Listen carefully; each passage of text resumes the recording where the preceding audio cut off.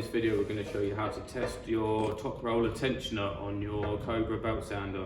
Now there's a few reasons why we ask people to do this test if they're going to bring the machine in for repair.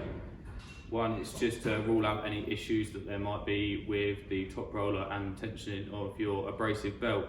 So what can happen here is dust and debris can get into the tensioner, stopping the top roller from freely moving up and down and then tensioning your abrasive while you're working.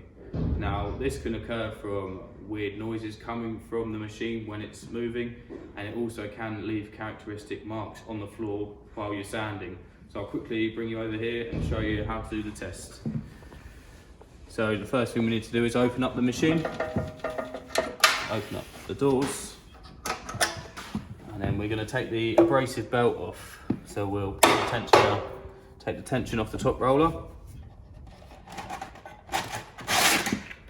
take the abrasive belt out, and then we want to put tension back on the top roller. Now if you can see where this is situ in here, this is absolutely perfect, and we're going to do what we call as a palm test. So we're just going to put your palm here, apply pressure down, so there's the tension spring in here is actually working, and then release. So what needs to happen is this rocker arm needs to quickly react and come up as quick as you can get your hand off. So that means that that is freely moving, there's no dust, no debris, and that is in perfect working order.